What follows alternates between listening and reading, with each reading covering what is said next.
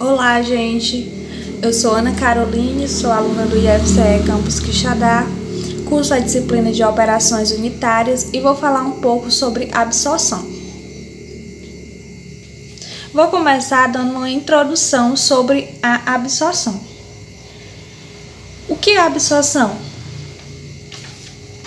É uma operação na qual uma mistura gasosa é colocada em contato com o líquido, visando dissolver um ou mais componentes do gás e formar uma solução destes líquidos. A absorção de gases é uma operação unitária muito usada em indústrias químicas, sendo utilizada em dois tipos de equipamentos, que são as colunas de recheios e as colunas de prato, que são semelhantes às de destilação. Agora eu vou mostrar as imagens das colunas. Essa é a coluna em recheios, onde a imagem está detalhando aí a entrada de gás, o coletor, o recheio randômico, o distribuidor de líquido, o recheio estruturado, o distribuidor de líquido, a entrada de líquido e a saída de gás. E aqui é a coluna de pratos, onde também está detalhado para que vocês possam entender melhor. As aplicações. Purificação ou produtos, processos, proteção ambiental, remoção, componentes de gases, como por exemplo, a separação de amônia com água, é uma das principais aplicações. Por exemplo, o gás que vem de uma planta ou de uma equação química qualquer, ele vai passar por uma coluna de absorção e vai entrar em contato com o solvente. Este solvente, que é o fluido líquido, é responsável por fazer a extração do gás. Então, no final, vai estar quase puro e pode retornar ao meio ambiente. Dando continuidade, eu vou falar sobre o ciclo da absorção. O ciclo da absorção, mostrado na figura, tem o condensador, o evaporador, a operação de compensação e o gerador. No evaporador, há um vapor de refrigerante de baixa pressão e onde este é absorvido por uma solução no observador. Caso a temperatura desta solução se eleve, a absorção de vapor pode cessar. Para evitar isto, o observador é resfriado por água ou por ar. Então, a solução no observador é dada e concentrada, pois contém uma grande quantidade de refrigerante. Como eu estava dizendo, uma bomba eleva a pressão de solução concentrada e faz com que entre no gerador. Aí no gerador ocorre a adição de calor, que é uma fonte que fornece tempo nas temperaturas elevadas, fazendo com que o refrigerante volte ao estado de vapor. Então, este vapor está em elevadas temperaturas de pressão. Daí então a solução líquida agora tem baixa concentração de refrigerante e retorna para o observador por uma válvula redutora de pressão. O objetivo da presença desta válvula é manter a diferença de pressão entre o observador e o gerador. No observador, há uma passagem de água fria que esfria o vapor e condensa o refrigerante. O refrigerante vai para o evaporador através de uma válvula de expansão.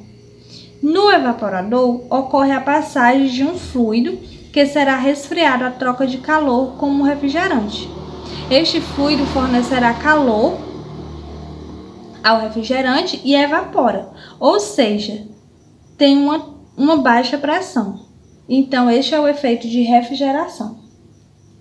O fluxo de calor é para os 4 trocadores de calor no ciclo da absorção, que ocorre da seguinte forma. O calor de uma forma de alta temperatura entra no gerador, enquanto que o calor baixa a temperatura da substância que está sendo refrigerada que entra no evaporador.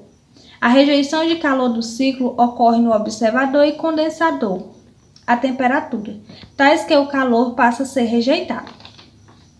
Então, a imagem está explicando melhor o que eu acabei de detalhar, de forma resumida. Tipos de sistema de absorção. Os sistemas de absorção, eles são baseados em combinações de substâncias que possuem propriedades não usuais.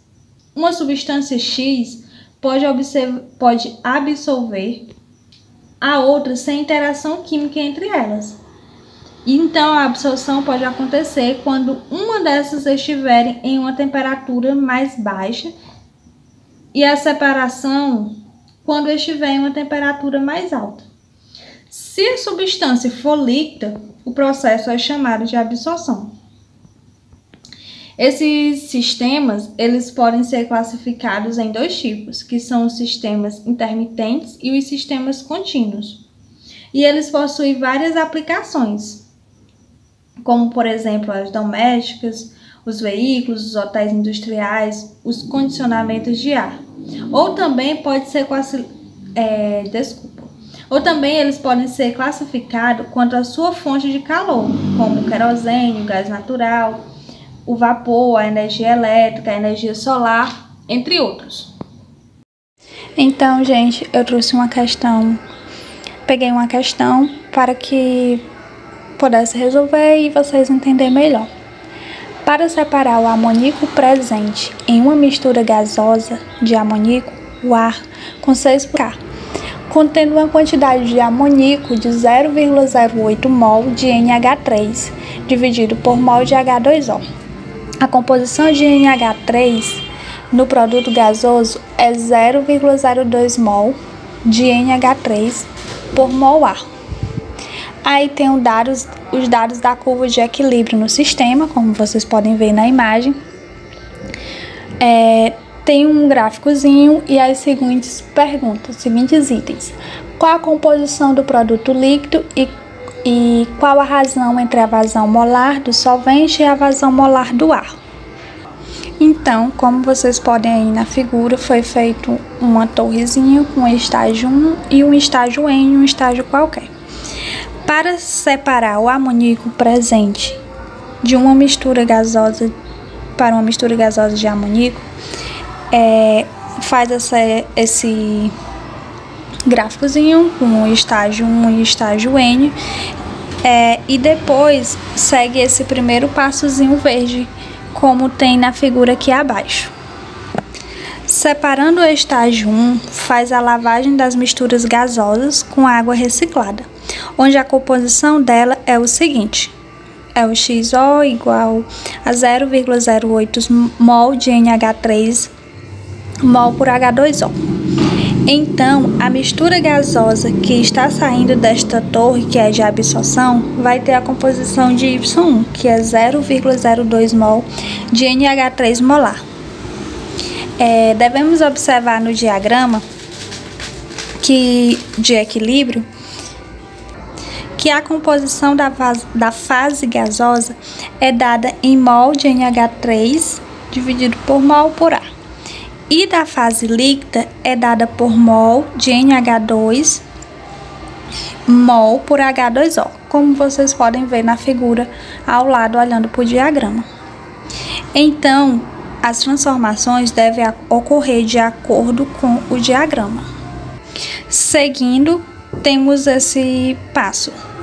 Y2 é igual a 1 mol de gás vezes 0,06 mol de NH3 dividido por mol gás, sobre 1 mol de gás, aí dentro do parênteses da chave, né? 1 menos 0,06 mol de ar dividido por mol gás. Tudo isso resulta no resultado de 0,064 mol de NH3 molar. Então, seguindo todo o análise de diagrama, o item A fica igual a 0,026.